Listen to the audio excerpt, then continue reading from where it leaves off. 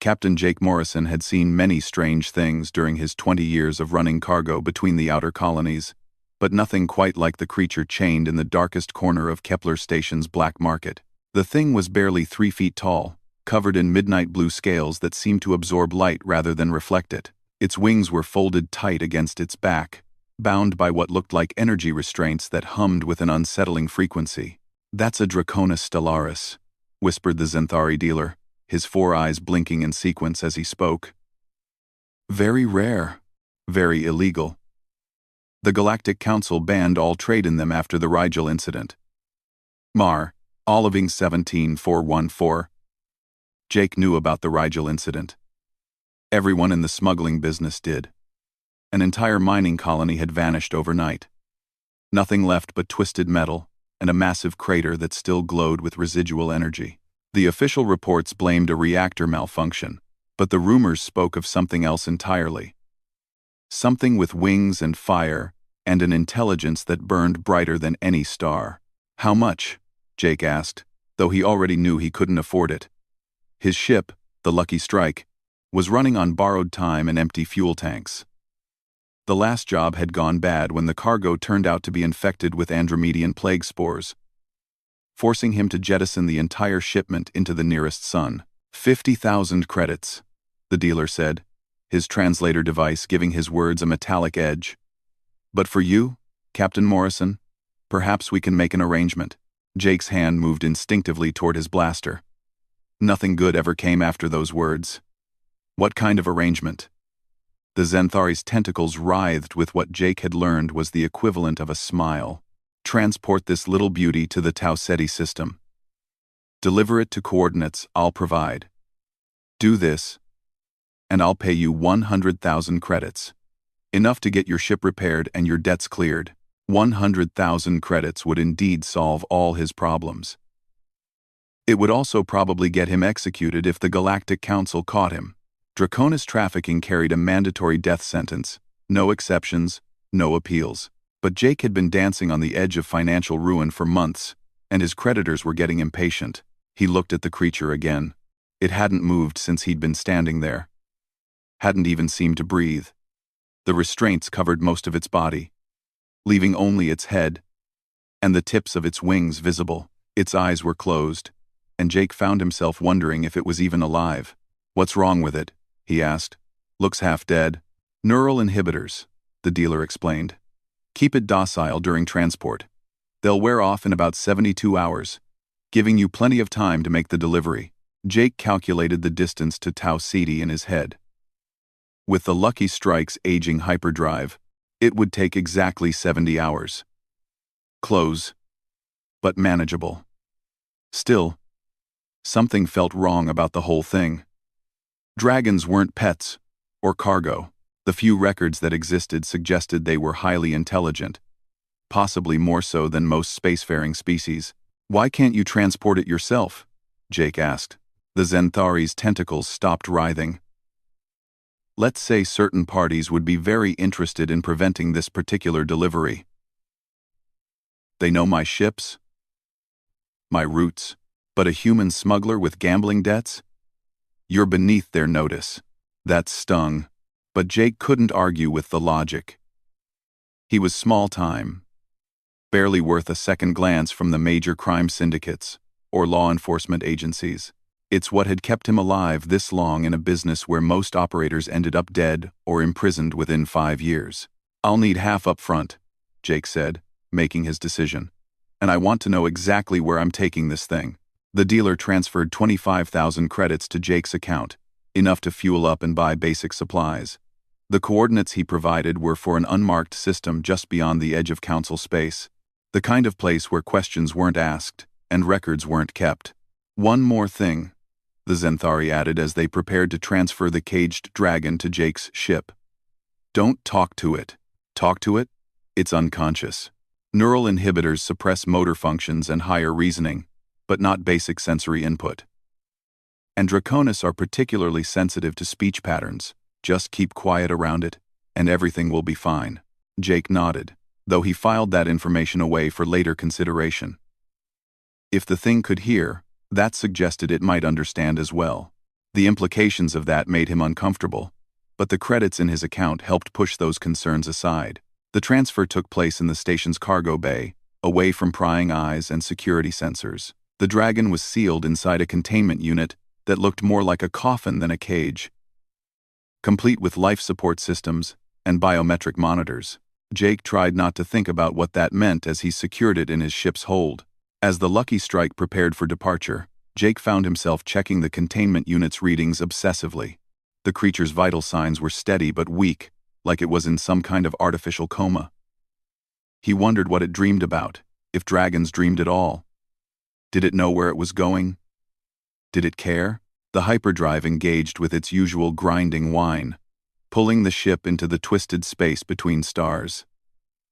Jake settled into his pilot's chair and tried to focus on the routine of interstellar travel. But even as the hours passed and the distance to Tau Ceti slowly decreased, he couldn't shake the feeling that he'd just made the biggest mistake of his life.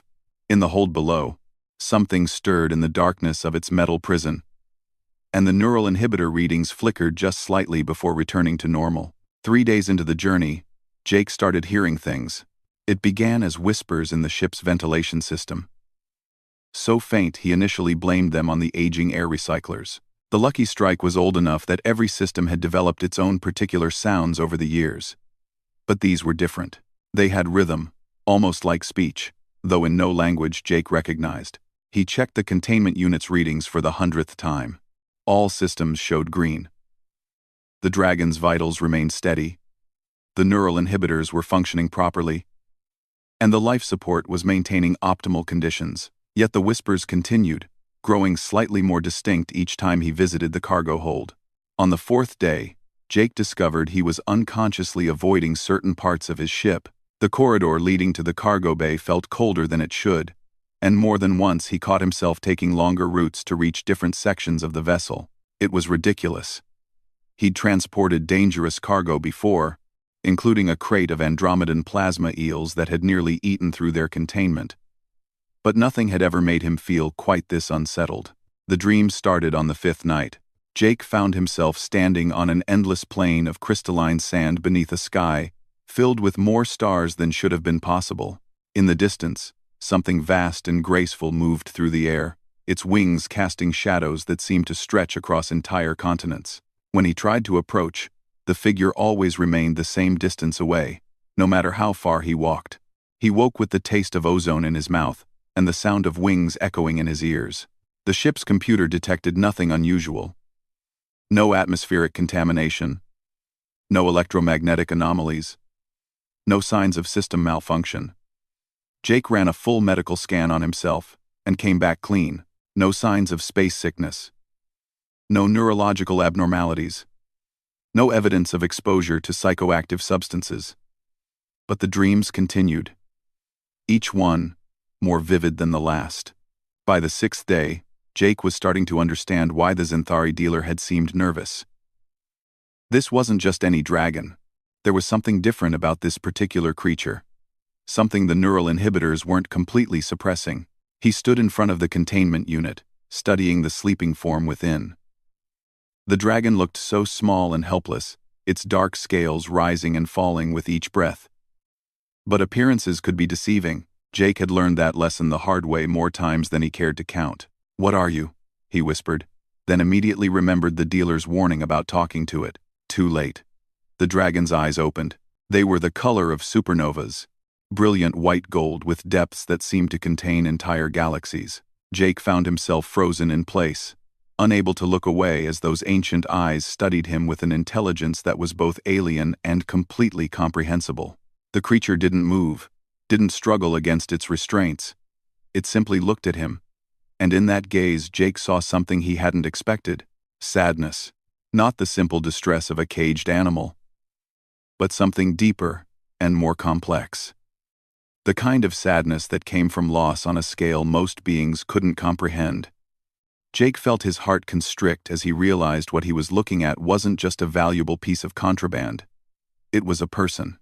The moment stretched between them, human and dragon regarding each other across the barrier of metal and energy restraints. Then the creature's eyes slowly closed again, and Jake was left wondering if he'd imagined the entire encounter. The ship's proximity alarms chose that moment to start screaming. Jake rushed to the bridge, his mind immediately shifting into survival mode. The scanner displays showed 3 ships approaching from different vectors, moving fast and with obvious hostile intent. Their configurations were unfamiliar, sleek and predatory, in a way that suggested military origins. "Unknown vessel, this is Commander Vex of the Stellar Enforcement Division," came a voice over the communications array. "You are ordered to stop and prepare for immediate boarding and inspection." Jake's blood went cold.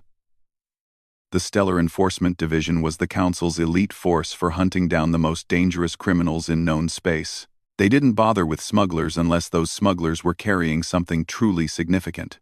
"This is Captain Morrison of the merchant vessel Lucky Strike," Jake replied, fighting to keep his voice steady. "I'm carrying legitimate cargo on a scheduled delivery run." "What's this about?" "Cut the act, Morrison. We know what you're carrying. Power down your engines and submit to boarding, or we will open fire." The 3 ships had spread out to form a containment pattern, cutting off all possible escape routes. Jake's hands moved over his controls, calculating odds and distances. The Lucky Strike was faster than she looked, but not fast enough to outrun military interceptors. And with the Dragon in his hold, he couldn't risk violent maneuvers that might damage the containment unit. "I'm transmitting my cargo manifest and shipping permits," Jake said, stalling for time while he tried to think of a way out of this mess. "Everything's legitimate. Your manifest shows machine parts and medical supplies," Commander Vex replied. "Our intelligence suggests otherwise. You have 30 seconds to comply before we disable your ship." Jake's hands hovered over the hyperdrive controls. The Lucky Strike's aging systems would need at least 40 seconds to charge for a jump, assuming the enforcers didn't start shooting immediately. But there was another problem. Jumping to hyperspace with damaged restraint systems could kill the Dragon, and despite everything, Jake found he couldn't bring himself to let that happen. The creature in his hold might be valuable cargo, but it was also a sentient being. The sadness in those galactic eyes had made that impossible to ignore. 20 seconds. Jake made his decision. Instead of running, he activated the ship's general communications array and began broadcasting on all frequencies. "This is Captain Jake Morrison aboard the merchant vessel Lucky Strike," he announced. "I am currently being threatened by ships claiming to be Stellar Enforcement Division. I am carrying legitimate cargo and have committed no crimes. If anyone is monitoring these transmissions, please record this as evidence in case of my disappearance." It was a desperate move, but sometimes desperation was all a smuggler had. The enforcers couldn't simply destroy his ship if there were witnesses, not without risking awkward questions about their methods and motivations. 10 seconds. The lead enforcer ship moved closer, weapons powering up. Jake braced himself for the end, wondering if the Dragon would survive whatever was about to happen. That's when the whispers in the ventilation system suddenly became words, clear and unmistakable, despite being spoken in a language that seemed to bypass his ears entirely and speak directly to his mind. "Thank you for not abandoning me," the voice said. "But this is not how our story ends." 5 seconds. The containment unit in Jake's hold began to glow with an inner light that had nothing to do with its mechanical systems. And somewhere in the space between heartbeats, everything changed. The glow from the cargo hold was visible through the Lucky Strike's internal monitors, pulsing with a rhythm that seemed to match Jake's heartbeat. The enforcer ships had stopped their countdown, their sensors undoubtedly detecting the same energy readings that were making Jake's instruments go haywire. "What the hell is that?" Commander Vex's voice crackled over the comm, the professional composure cracking slightly. Jake stared at his displays, watching power levels spike and fluctuate in patterns that shouldn't have been possible. The containment unit was still showing all systems normal, but something was clearly happening inside it. The neural inhibitors remained active, the restraints held firm, yet energy was building somewhere beyond the reach of human technology. "Morrison, respond immediately." "What are you doing to your ship?" "Nothing," Jake replied honestly. "I don't know what's happening." He wasn't lying. The Lucky Strike's systems were functioning normally, but there was something else present now, something that existed in the spaces between circuits and power conduits. It felt like the ship itself was waking up, becoming aware of itself and its occupants in ways that defied explanation. The lead enforcer ship fired a warning shot across the Lucky Strike's bow, the energy beam passing close enough to rattle the hull plating. Jake felt the impact resonate through the ship's frame, but underneath that familiar sensation was something new. The vessel seemed to flinch, almost like a living thing reacting to pain. "Final warning, Morrison. Shut down whatever you're doing, or we will disable your ship by force." Jake's hands moved over his controls. But before he could respond, his communications array activated itself. The voice that emerged was his own, yet somehow different. Deeper, older, carrying harmonics that human vocal cords couldn't produce. "You should not have come here," the voice said through Jake's speakers. "Some bonds are not meant to be tested." Commander Vex's response was immediate and violent. All three enforcer ships opened fire simultaneously, their weapons targeting the Lucky Strike's engines and life support systems. It was a precision attack designed to disable rather than destroy, but Jake knew his aging shields wouldn't last long against military-grade weapons. What happened next defied everything Jake thought he knew about physics. The Lucky Strike's shields didn't just hold against the assault, they absorbed it. Jake watched in amazement as his defensive systems drew power from the attacking energy beams, growing stronger with each hit. The ship's hull began to glow with the same inner light he'd seen in the cargo hold, spreading outward like veins of liquid starlight. "Impossible," Vex breathed over the comm. "No civilian vessel has that kind of defensive capability." The enforcer ships pulled back, regrouping as they tried to understand what they were facing. Jake used the respite to check his ship's status, but every reading he got made less sense than the last. Power levels were showing as infinite. Structural integrity was somehow better than when the ship had been new, and the cargo hold was registering as both occupied and empty simultaneously. "Jake Morrison," came the voice again, though this time it spoke only in his mind. "We need to talk." Jake abandoned his post and ran to the cargo bay, his footsteps echoing strangely in corridors that seemed longer than they should have been. When he reached the hold, he found the containment unit exactly as he'd left it. The Dragon appeared unchanged, still unconscious, still bound by its energy restraints. But the space around the unit had transformed. The walls of the cargo hold had become transparent, revealing not the star-filled void of space but something else entirely.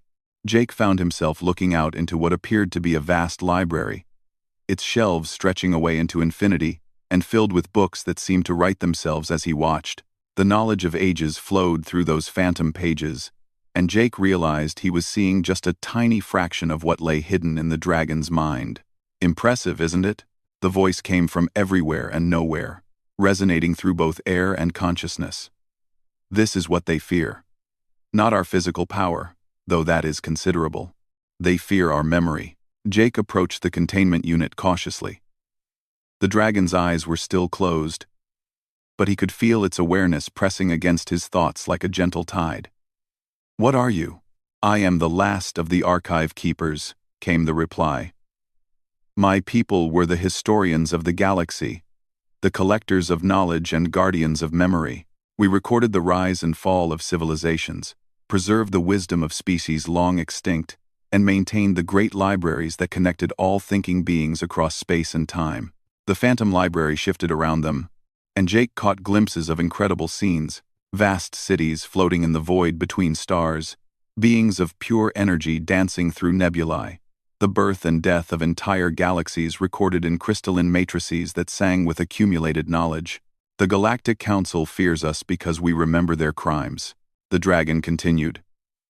"We know the truth about the species they've conquered, the worlds they've stripped of resources, the civilizations they've erased from existence. So they hunt us, claiming we're dangerous, that we're responsible for destroyed colonies and missing ships." Jake thought about the Rigel incident, the mining colony that had vanished without explanation. "Did you?" "The miners at Rigel discovered one of our hidden archives. The Council couldn't risk that knowledge becoming public, so they destroyed everything and blamed us for the devastation. It's a pattern they've repeated dozens of times across the galaxy." The enforcer ships were moving closer again, their weapons charging for another assault. Jake could hear Commander Vex coordinating with additional vessels that were jumping in from hyperspace. Soon, the Lucky Strike would be facing an entire fleet. "Why are you telling me this?" Jake asked. "Because you chose compassion over profit," the dragon replied. "When you could have run, you stayed to protect something you barely understood. When you could have ignored my suffering, you recognized my personhood. That matters more than you know." Jake felt a warmth spreading through his mind, and suddenly he understood things he'd never learned. The true purpose of the Stellar Enforcement Division, the secret history of the Galactic Council, the location of hidden archives scattered throughout the galaxy. It was overwhelming, like trying to drink from a stellar waterfall. "But I'm bound," the dragon said sadly. "These restraints are more than just energy fields. They're woven into the fabric of space itself, anchored by words of power spoken in the old tongue. I cannot break free on my own. All who transform. What do you need me to do? The bonds can be shattered, but only by one who speaks the release phrase willingly, knowing the consequences. If you free me, the Council will hunt you for the rest of your life. You'll be branded a terrorist, an enemy of galactic peace. Everyone you care about will be in danger." Jake looked around at the Phantom Library, at the accumulated knowledge of eons spread out like a cosmic tapestry. He thought about the sadness in the dragon's eyes, the loneliness of being the last of one's kind. He thought about the lies the Council had told, and the innocent beings who had died to preserve those lies. "What's the phrase?" he asked. Outside, the Enforcer fleet opened fire again, but Jake barely noticed. The dragon's eyes opened, those galactic depths focusing on him with something that might have been hope. "Are you certain?" Once spoken, the words cannot be taken back. Jake took a deep breath, feeling the weight of his decision settle into his bones. He'd spent his entire adult life running from responsibility, avoiding commitments that might tie him down or put him at risk. But some things were more important than personal safety. "Tell me," he said. The dragon smiled, an expression both alien and completely human in its warmth. And then it spoke a single phrase in a language that predated human civilization, words that carried the power to reshape reality itself. All Jake had to do was repeat them. The words felt like molten starlight as they left Jake's lips. Vorthok Nala Sithan Mordun Kaliath. He didn't understand their meaning, but he felt their power. The syllables seemed to burn the air as he spoke them, each sound resonating through dimensions he couldn't perceive. The containment unit began to shake violently, its energy restraints fluctuating between brilliant white and absolute darkness. "Thank you," the dragon whispered, and Jake heard genuine emotion in that ancient voice. What happened next was unlike anything in human experience. The restraints didn't simply break, they unraveled, dissolving back into the fundamental forces from which they had been woven. The energy patterns that had held the dragon collapsed in on themselves, creating a brief moment of perfect silence, where even the Enforcer ship's weapons fire seemed to pause mid-flight. Then the dragon opened its eyes fully. Light exploded outward from the cargo hold, not the harsh glare of artificial illumination but something deeper and more complex. It was the light of knowledge made manifest, of memories crystallized into visible form. Jake saw flashes of impossible beauty as the radiance washed over him. Ancient cities built from singing crystal, forests of trees whose leaves were pages of living text, oceans of liquid information flowing between shores of pure thought. The Lucky Strike's hull became completely transparent, revealing its occupants to the void, while somehow maintaining atmospheric integrity. Jake found himself standing in what appeared to be empty space, watching as the dragon rose from its shattered prison. It was magnificent. No longer bound by neural inhibitors, the creature revealed its true size. What had appeared to be a small, helpless being expanded into something vast and graceful, its wingspan stretching impossibly wide while still somehow fitting within the cargo hold's confines. Its scales shifted from midnight blue to every color Jake had ever seen, and several he was certain no human eye had witnessed before. "Behold Kiraveth, last keeper of the eternal archive." The dragon spoke, its voice now carrying harmonics that seemed to resonate through the fabric of space itself. "Witness the memory of stars." The Enforcer fleet opened fire with everything they had, dozens of ships pouring their combined firepower into the Lucky Strike's position, but their weapons passed harmlessly through the transformed vessel, striking nothing but empty space. Jake realized they had moved beyond the normal boundaries of physics, existing in a space that was both real and not real simultaneously. "They cannot touch us here," Kirovith explained. "We exist in the spaces between their perceptions, walking in the shadows of their limited understanding." Commander Vex's voice crackled over communications that should no longer have been possible. "Morrison, what have you done? Our sensors are showing massive dimensional distortions. You've destabilized local spacetime." Jake found his own voice, though it seemed to carry new depths and harmonies. "I've freed a friend. You've doomed us all. That creature is a galactic threat. The neural inhibitors were the only thing preventing it from destroying entire star systems." Kiroveth's laughter was like the sound of wind chimes made from crystallized starlight. "Is that what they told you? That we are destroyers?" The dragon's voice reached every ship in the fleet simultaneously. "Let me show you the truth." What followed was not an attack, but a revelation. Images flooded the minds of every enforcer pilot, every crew member, every being within a 1,000-kilometer radius. They saw the real history of the galaxy, the events the Council had worked so hard to conceal. Peaceful civilizations wiped out for their resources. Scientific discoveries suppressed to maintain political control. Entire species enslaved under the guise of benevolent protection. They saw the archive keepers as they had truly been, scholar guardians who preserved knowledge and promoted understanding between species.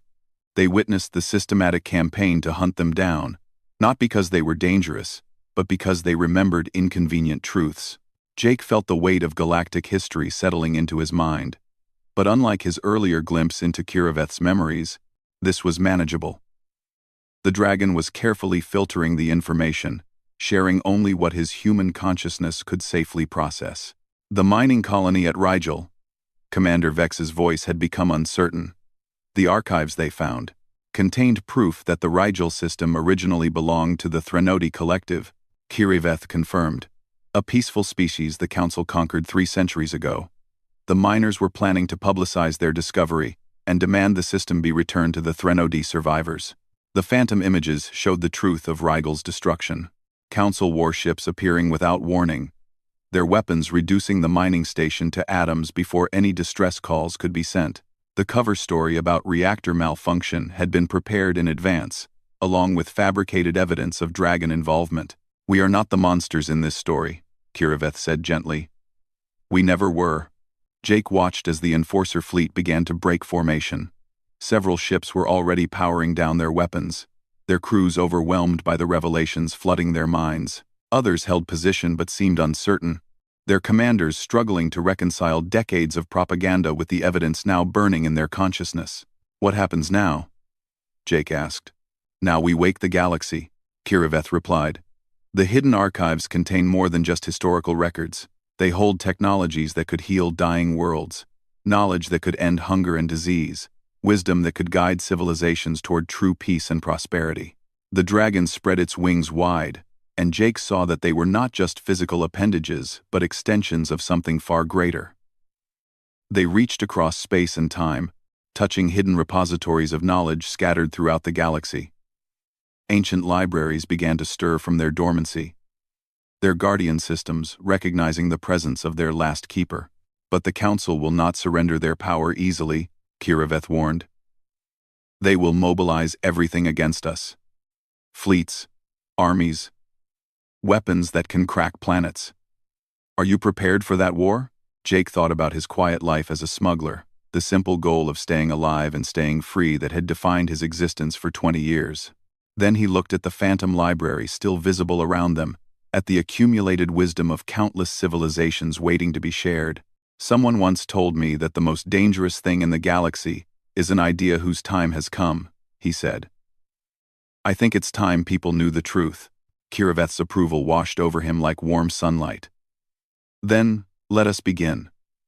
But first, we must ensure your survival. The bonds that held me were not just restraints, but also protections. The Council will kill anyone who knows the release phrase. I'm already dead as far as they're concerned, Jake pointed out. The moment I spoke those words, I became a target. Not if they believe you died here, Kiriveth said thoughtfully. The dragon's head turned toward the Enforcer fleet, several ships of which were now broadcasting surrender codes. Commander Vex seems like a reasonable being. Perhaps it's time she learned that her true enemies are not the ones she's been hunting. Jake felt a familiar sensation as the Lucky Strike's hyperdrive began to charge, but this time, it was different. Instead of the usual grinding whine, the sound was more like music. Harmonics building toward a crescendo that seemed to encompass entire orchestras of impossibly beautiful instruments. Where are we going? Jake asked. To wake the first archive, Kiriveth replied, and to begin the end of the Council's age of lies. Space folded around them like origami made from starlight, and the Lucky Strike vanished into dimensions beyond human understanding, leaving the Enforcer fleet alone with their shattered certainties and the terrible knowledge that everything they had believed was wrong. 6 months later, Jake Morrison stood on the observation deck of what had once been called the Lucky Strike, watching as the first archive station came online above the restored world of Threnody Prime. The ship bore little resemblance to its former self. Where once there had been cramped corridors and aging systems, now passages flowed like rivers of light between chambers that existed in more dimensions than human geometry could describe. Kiriveth's presence had transformed the vessel into something that was part ship, part library, and part living temple to knowledge. The quantum resonance patterns are stabilizing, reported Dr. Elena Vasquez, the xenoarchaeologist, who had joined their cause after the truth about the Council's crimes had spread across the galaxy. The archive network is achieving full connectivity for the first time in 8 centuries.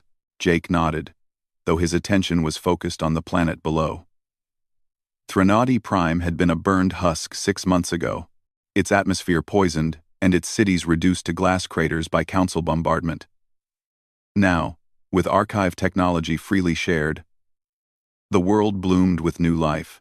Crystalline towers grew like living things from the ruins of the old, their surfaces displaying the preserved history of the Threnody people in flowing scripts of pure light. The Council fleet is requesting permission to enter the system, announced Captain Sarah Chen, formerly Commander Vex, of the Stellar Enforcement Division. Her defection had sparked a cascade of resignations and revelations that had shaken the Council's authority to its core. They're flying diplomatic flags this time. End quote. Let them come, Kiriveth's voice resonated through the ship's consciousness. The dragon had grown even larger over the past months, its form now spanning multiple dimensional planes simultaneously. Yet to Jake, it remained the same being he had freed from its cage, driven by curiosity and compassion, rather than the thirst for power the Council had claimed. The diplomatic convoy that emerged from hyperspace was a sight Jake never thought he'd see. Council vessels flying alongside archive keeper ships, former enemies working together to coordinate the greatest information-sharing project in galactic history. It hadn't been easy. There had been battles, both physical and political, as hardliners on both sides resisted change. But truth, once released, had proved impossible to contain. The Andromedian Coalition has agreed to full disclosure of their historical archives, Dr. Vasquez reported, reading from displays that showed information flowing between star systems in real time. That brings us to 47 civilizations participating in the knowledge-sharing protocols. Jake smiled.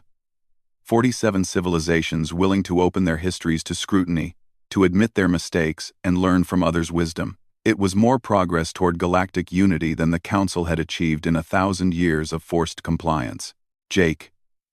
Kiriveth spoke privately to him, the dragon's consciousness touching his mind with familiar warmth.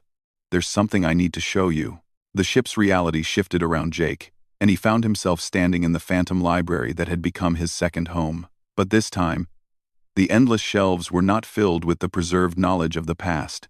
Instead, they displayed records that were still being written, the living history of a galaxy in transformation. What am I looking at? Jake asked, studying pages that seemed to write themselves as he watched. The future, Kiriveth replied. Not a fixed destiny, but the potential paths that open when beings choose cooperation over domination. Look. The pages showed wonders that took Jake's breath away. spacefaring forests that could terraform dead worlds in decades rather than centuries, medical technologies that could extend healthy lifespans to millennia while ending genetic diseases entirely, transportation networks that connected distant galaxies through the archive dimensional matrix.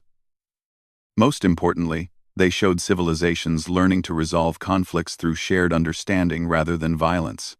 This is all possible? Jake asked. More than possible. Inevitable, given time and wisdom. The archive keepers were created not just to preserve knowledge, but to guide its application toward the greatest good. For 800 years, that guidance was lost. Now, it can begin again. Jake turned his attention to a section of the library that seemed newer than the rest, its crystalline shelves still forming as he watched. The records here were different, focused not on grand civilizations or cosmic events, but on individual choices and their consequences. He recognized some of the stories. Commander Vex choosing truth over orders. Dr. Vasquez abandoning a comfortable academic position to join their cause. Hundreds of beings across the galaxy deciding to risk everything for the chance at a better future. At the center of this section was a simple display showing the cargo hold of an aging smuggler's ship, and the moment when a desperate man chose compassion over profit. Every great change begins with a single choice, Kiriveth observed. Your choice to free me was the first stone in an avalanche that will reshape the galaxy. I was just trying to pay off my debts, Jake said ruefully. Were you?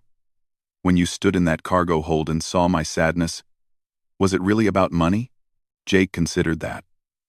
The honest answer was no. The moment he had looked into the dragon's eyes and recognized a fellow conscious being in pain, the financial considerations had become secondary. He had made his choice based on empathy, not economics. The Council's greatest error was believing that beings act only from selfish motives, Kiriveth continued. They built their entire system on fear, greed, and the assumption that power must be hoarded to be preserved. But you proved them wrong. When offered a choice between profit and principle, you chose principle. A chime echoed through the ship's consciousness, indicating an incoming priority communication. Jake allowed himself to be pulled back to normal reality, where Captain Chen was waiting with the expression of barely contained excitement. You need to see this, she said. Activating the main display. The screen showed a view of galactic space unlike anything in the historical records. Where once there had been distinct territories marked by artificial borders and military patrols, now there were flowing streams of light connecting star systems across vast distances. The archive network had grown beyond anything Jake had imagined possible, linking not just planets but entire species in a web of shared consciousness and cooperative endeavor. The Kepler Station Black Market? Jake asked, recognizing one of the nodes in the network. Transformed into a cultural exchange center, Dr. Vasquez reported with obvious satisfaction. The same beings who once dealt in contraband and stolen artifacts are now facilitating the legal sharing of art, science, and philosophy between species.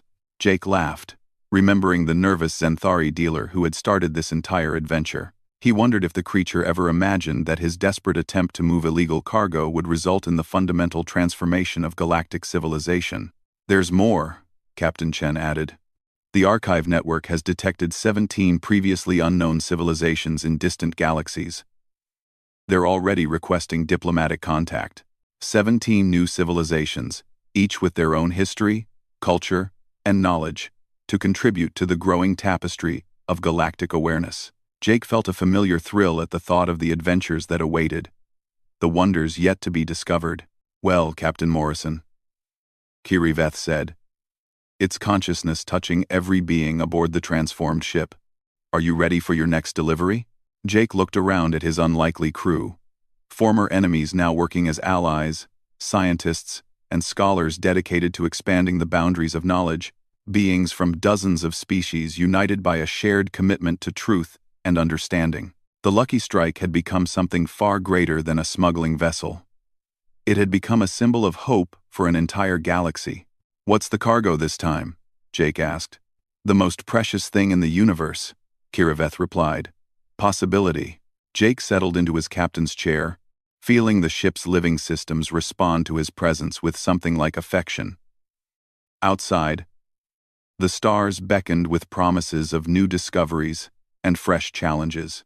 The age of the Council's iron grip on galactic civilization was ending, replaced by something unprecedented in cosmic history: a truly cooperative galaxy-spanning community. As the ship prepared to depart for distant stars, Jake reflected on the strange turns his life had taken. He had started as a desperate smuggler looking for a quick score to pay his debts. Now he was an explorer and diplomat, carrying hope and knowledge to beings who had never imagined that such things were possible. Sometimes, the most important journeys began with the smallest steps. Sometimes, saving the galaxy started with saving a single life, and sometimes, the phrase that shattered ancient bonds was just the beginning of a much larger story. The Lucky Strike folded space around itself and vanished into the infinite possibility of an awakening universe, carrying its crew toward adventures that would make the liberation of one dragon seem like the simple prologue it had always been.